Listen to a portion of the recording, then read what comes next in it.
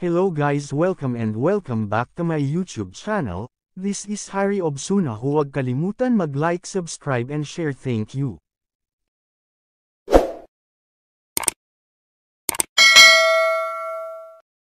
Una mga idol, punta tayo sa profile Facebook natin. Pindutin ang tatlong guhit sa right side. Scroll up. Pindutin natin ang help support. Tapos mga idol, pindutin natin ang report a problem. Scroll up. Pindutin natin ang continue to report a problem. Tapos mga idol, pindutin natin ang include in report. Scroll up. Tapos mga idol, hanapin natin ang profile. Tapos mga idol, pindutin natin ang profile. Tapos mga idol, pindutin ang X.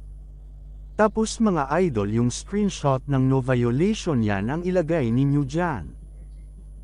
Tapos mga idol, upload photo ng no violation.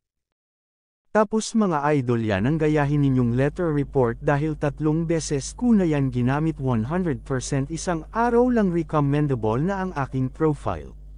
Kung nakatulong sa'yo ang aking video, paki-like, comment, subscribe naman ang aking YouTube channel. Maraming salamat and God bless.